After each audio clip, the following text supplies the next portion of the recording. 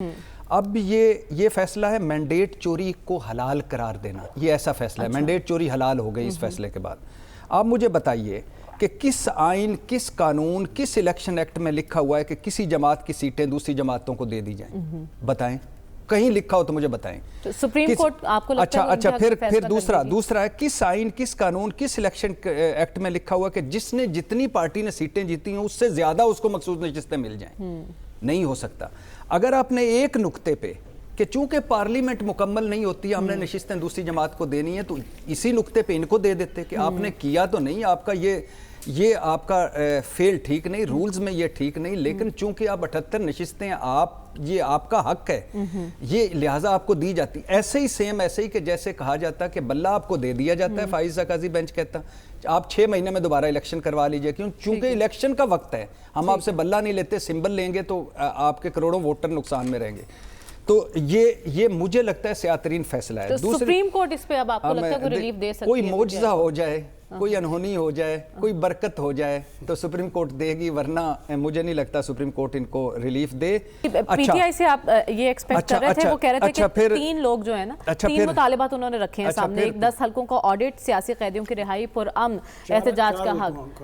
آپ کو لگتا ہے کہ علی ظفر نے 10 کا کہا، عمران خان نے، ویسے عمران خان کا مان تو لیں کہ ایک نواز شریف صاحب کا حلقہ، ایک اون چودھری کا حلقہ، آپ اندازہ کریں اون چودھری ووٹوں کے حساب سے نواز شریف کے ٹکر کے لیڈر ہیں اس وقت جو ووٹوں کے حساب سے، تیسرا نور عالم کا اور چوتھا اسلام آباد کا کوئی حلقہ۔ لیکن اچھا جب آپ الیکشن اس طرح کا ہو، اس کے بعد مینڈیٹ چوری کا الزام ہو، چلو اس کو بھی آگے آپ متعلقہ فورمز اس کا کریں، لیکن جب آپ اس کے بعد ری کاؤنٹنگ میں آ جائیں، میں تو سوچ رہا ہوں کہ جس حلقے میں ری کاؤنٹنگ ہوئی اور اس حلقے میں نون کا امیدوار نہ ہوا تو وہاں کون جیتے گا؟ وہاں تو یہ جو ری کاؤنٹنگ والا سلسلہ چلا ہے یہ بدمزگی بڑھائے گا، تلخی بڑھائے گا۔ ویسے تحریک انصاف نے بہت سیکھا ہے، تحریک انصاف کا کہنا ہے کہ ہم، یعنی ان کا جو لگ رہا ہے کہ اسمبلیوں میں آواز اٹھائیں گے، عدالتوں میں جائیں گے اور پرامن احتجاج کریں گے، جو کہ ان کو اب واقعی اس طرف سیاست میں آنا چاہیے، مگر ان کو وہ سیاسی سپیس تو دیں۔ شاد بھٹی صاحب، آپ کو کیا لگتا ہے پاکستان تحریک انصاف کی مشکلات مزید بڑھنے والی ہیں یا سپریم کورٹ سے کوئی ریلیف مل سکتا ہے انہیں؟ دیکھیے پہلی بات تو یہ کہ جیسے سلمان غنی صاحب نے کہا کہ یہ مولانا شیرانی صاحب سے شروع ہوئی تھی بات، پھر پرویز خٹک کی تحریک انصاف پارلیمنٹیرینز پر آئی، پرویز خٹک اس سے نکل گئے تھے کہ میں نکل جاتا ہوں، آپ اتحاد کر لیں، پھر انہوں نے ایک رکھا کہ محمود خان بھی نکلے، وحدت المسلمین کی طرف گئی، تحریک انصاف نظریاتی کی طرف گئی، جماعت اسلامی کی طرف گئی، اور پھر سنی اتحاد کونسل کی طرف آئی۔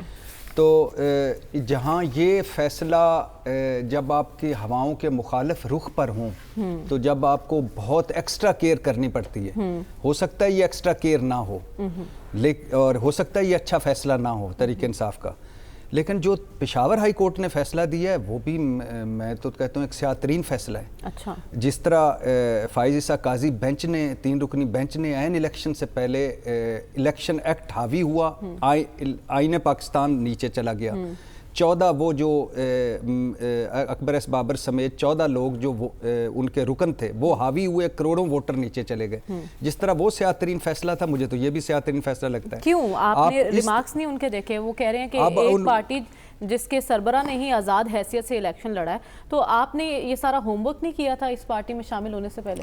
دیکھیے انہوں نے کہا کہ آپ نے ایسی پارٹی جوائن کی، یہ میرے سامنے پڑا ہوا ہے، کہ جس نے کوئی سیٹ نہیں جیتی، اس کے سربراہ نے بھی آزاد حیثیت میں الیکشن لڑا، جو پارٹیاں الیکشن میں حصہ نہیں لیتی مخصوص نشستوں پر ان کا حق نہیں بنتا، دوسری جماعتوں کو دی جا سکتی، دوسری جماعتوں کو مخصوص نشستیں نہ دی گئیں تو پارلیمنٹ مکمل نہیں ہوگی۔ اب یہ فیصلہ ہے مینڈیٹ چوری کو حلال قرار دینا، یہ ایسا فیصلہ ہے، مینڈیٹ چوری حلال ہو گئی اس فیصلے کے بعد۔ آپ مجھے بتائیے کہ کس آئین، کس قانون، کس الیکشن ایکٹ میں لکھا ہوا ہے کہ کسی جماعت کی سیٹیں دوسری جماعتوں کو دے دی جائیں؟ بتائیں، کہیں لکھا ہو تو مجھے بتائیں۔ سپریم کورٹ آپ کو لگتا ہے؟ اچھا پھر دوسرا ہے کس آئین، کس قانون، کس الیکشن ایکٹ میں لکھا ہوا ہے کہ جس نے جتنی پارٹی نے سیٹیں جیتی ہیں اس سے زیادہ اس کو مخصوص نشستیں مل جائیں؟ نہیں ہو سکتا۔ اگر آپ نے ایک نقطے پہ کہ چونکہ پارلیمنٹ مکمل نہیں ہوتی، ہم نے نشستیں دوسری جماعت کو دینی ہیں، تو اسی نقطے پہ ان کو دے دیتے کہ آپ نے کیا تو نہیں، آپ کا یہ آپ کا فیل ٹھیک نہیں، رولز میں یہ ٹھیک نہیں، لیکن چونکہ آپ 78 نشستیں یہ آپ کا حق ہے، یہ لہٰذا آپ کو دی جاتی. ایسے ہی کہ جیسے کہا جاتا ہے کہ بلہ آپ کو دے دیا جاتا ہے، فائز زکازی بینچ کہتا آپ 6 مہینے میں دوبارہ الیکشن کروا لیجئے، چونکہ الیکشن کا وقت ہے، ہم آپ سے بلہ نہیں لیتے، سمبل لیں گے تو آپ کے کروڑوں ووٹر نقصان میں رہیں گے. تو یہ مجھے لگتا ہے سیاہ ترین فیصلہ ہے. تو سپریم کورٹ اس پہ اب آپ کو لگتا ہے کوئی ریلیف دے سکتی ہے؟ کوئی معجزہ ہو جائے، کوئی انہونی ہو جائے، کوئی برکت ہو جائے تو سپریم کورٹ دے گی، ورنہ مجھے نہیں لگتا سپریم کورٹ ان کو ریلیف دے. اور جہاں تک آپ یہ بات کر رہے ہیں کہ تحریک انصاف کیا کرنے جا رہی ہے، دیکھیے اس وقت ضرورت تو ہے میثاق پاکستان کی. آپ اندازہ کریں کہ یہ سارے آپس میں لڑ رہے ہیں اور فوج سرمایہ کاری لانے کے چکروں میں پڑی ہوئی ہے، فوج پیسے لا رہی ہے، فوج ملک گھوم رہی ہے کہ ہماری ادھر کریں. بزنس کونسل میں IMF کا سیل بھی کھلا ہوا ہے کہ وہ ہمارے ساتھ معاہدہ ہو جائے، وہ ان کے ساتھ بیٹھے اور ہم آپس میں لڑ رہے ہیں. تو میثاق پاکستان کی اس وقت ضرورت ہے، آگے بڑھنے کی ضرورت ہے. لیکن جب آپ ایک الیکشن کرواتے ہیں اور الیکشن ایسا کرواتے ہیں کہ مسلم لیگ نون کا نون بھی مشکوک ہو جاتا ہے، مطلب نواز شریف صاحب کی 130 جب نون مشکوک ہو جائے. ویسے میں نواز شریف صاحب سے توقع کرتا تھا کہ 3 دفعہ کے وزیر اعظم تھے، لات مارتے کہتے نہیں لیتا سیٹ، میں اس سے بڑا آدمی ہوں. ابھی PTI سے آپ یہ ایکسپیکٹ کر رہے تھے، وہ کہہ رہے تھے کہ 3 لوگ جو ہیں نا، 3 مطالبات انہوں نے رکھے ہیں سامنے، ایک 10 حلقوں کا آڈٹ، سیاسی قیدیوں کی رہائی، پرامن احتجاج کا حق. آپ کو لگتا ہے کہ علی ظفر نے 10 کا کہا، عمران خان نے، ویسے عمران خان کا مان تو لیں کہ ایک نواز شریف صاحب کا حلقہ، ایک اون چودھری کا حلقہ. آپ اندازہ کریں اون چودھری ووٹوں کے حساب سے نواز شریف کے ٹکر کے لیڈر ہیں اس وقت جو ووٹوں کے حساب سے، تیسرا نور عالم کا اور چوتھا اسلام آباد کا کوئی حلقہ. لیکن اچھا جب آپ الیکشن اس طرح کا ہو، اس کے بعد مینڈیٹ چوری کا الزام ہو، چلو اس کو بھی آگے آپ متعلقہ فورمز اس کا کریں. لیکن جب آپ اس کے بعد ری کاؤنٹنگ میں آ جائیں، میں تو سوچ رہا ہوں کہ جس حلقے میں ری کاؤنٹنگ ہوئی اور اس حلقے میں نون کا امیدوار نہ ہوا تو وہاں کون جیتے گا؟ وہاں تو یہ جو ری کاؤنٹنگ والا سلسلہ چلا ہے یہ بدمزگی بڑھائے گا، تلخی بڑھائے گا.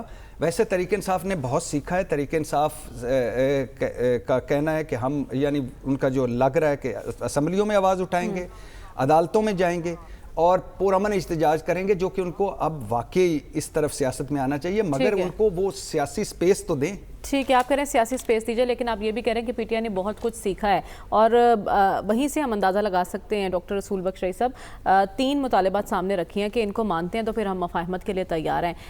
کیا ان معاملات پر بھی وہ لچک دکھانے کو تیار ہیں؟ اور دوسرا سپریم کورٹ جانے کا جو اعلان کیا ہے، وہاں سے کوئی امید رکھی جا سکتی ہے؟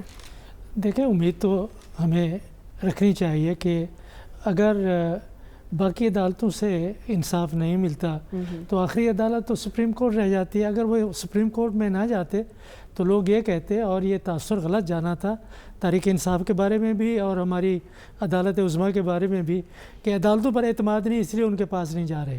جانا ہر صورت میں چاہیے. فیصلہ کیا کرتے ہیں وہ جب آئے گا تو ہم دیکھیں گے. لیکن ایک تسلسل ہے کہ تحریک انصاف کو ختم کرنا ہے. اچھا. اور دیکھیں، یہ بات پہلی دفعہ تو نہیں ہو رہی، یہ کہ ان کو انتخابی نشان سے محروم کیا گیا. جب انتخابی نشان نہیں ہے تو پارٹی کیسے بنے گی؟ اگر اب پارٹی نہیں ہے، اب آزاد امیدوار کے طور پہ وہ الیکشن میں حصہ لے رہے ہیں، اور جو صورتحال اس وقت الیکشن کے دوران پیدا کی گئی وہ بھی آپ کے سامنے ہے. پھر اس کے بعد اتنی تعداد میں آئے کہ توقع کسی کو نہیں تھی. اب دوسرا جو ہے کہ پارلیمان کا اعتماد پھر بھی کسی صورت میں بحال ہو سکتا تھا کہ اگر اس سطح پر تحریک انصاف کو محروم نہ کرتے. جو ان کی سینٹ میں ان کی سیٹیں بنتی ہیں، یا ان کے وہ یہ جو مخصوص نشستیں ہیں ان کے اوپر ان کے لوگ آنے چاہیے. وہ ادھر ادھر بھاگتے رہے ہیں لیکن کہیں ان کا کام نہیں بنا. جو ہماری پشاور ہائی کورٹ ہے انہوں نے وہ بات نہیں مانی، سپریم کورٹ میں جائیں گے.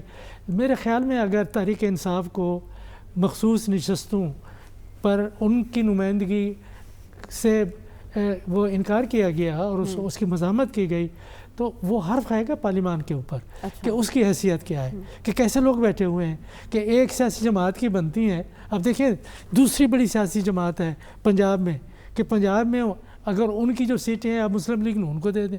یہ کہاں کا انصاف ہے؟ وہ کہہ رہے ہیں نا ہم مزاحمت کے لیے خود کو تیار کریں، اب ہم مزاحمتی سیاست کریں گے تو ایسے معاملات آگے بڑھیں گے. مزاحمتی سیاست اگر کریں گے تو معاملات تو آگے نہیں بڑھیں گے، لیکن پہلے یہ بھی سوچنا چاہیے کہ مزاحمت نہ بھی ہو تو کیا معاملات آگے بڑھ رہی ہیں یا نہیں بڑھ رہی ہیں۔ ایک جو اشارہ ملا ہے وہ بہت اچھا ہے کہ وزیر اعظم صاحب کی اور گنڈاپور کی ملاقات اچھی ہوئی اور دونوں طرف سے بات کی گئی کہ مثبت انداز میں ہوئی۔ اب اسی کو آگے چلانا چاہیے نا، کہ اس مسئلے کا حل نکالنا چاہیے کہ تحریک انصاف کی جو مخصوص نشستوں پہ سیٹیں اسمبلیوں میں بنتی ہیں، قومی اسمبلی میں بنتی ہیں، ان کو ملنا چاہیے۔ یہ اگر سیاست کرنی ہے، جمہوریت کی سیاست کرنی ہے تو اس کا تقاضا یہی ہے، اور وزیر اعظم صاحب کو آگے بڑھ کے یہ کام کرنا چاہیے۔ اگر ان کی طرف سے نہیں ہوتا تو اس کا مطلب ہے مفاہمت کس بات کی، پھر تو مزاحمت ہی ہوگی۔ مزاحمت کے پھر پاکستان کے لیے، ہمارے مستقبل کے لیے اس کے جو امکانات ہیں وہ اچھے نہیں ہو سکتے، کہ اگر عدم استحکام کی صورتحال رہے گی۔ اور اگر دیکھیں کہ آپ نے ملک کی سب سے بڑی پارٹی، پہلے بھی کہتے تھے انتخابات سے پہلے مشکوک، کہہ سکتے تھے کہ یہ مشکوک ہے جب تک کہ انتخابات نہ ہو جائیں، انتخابات کے بعد تو ہر چیز واضح ہو چکی ہے۔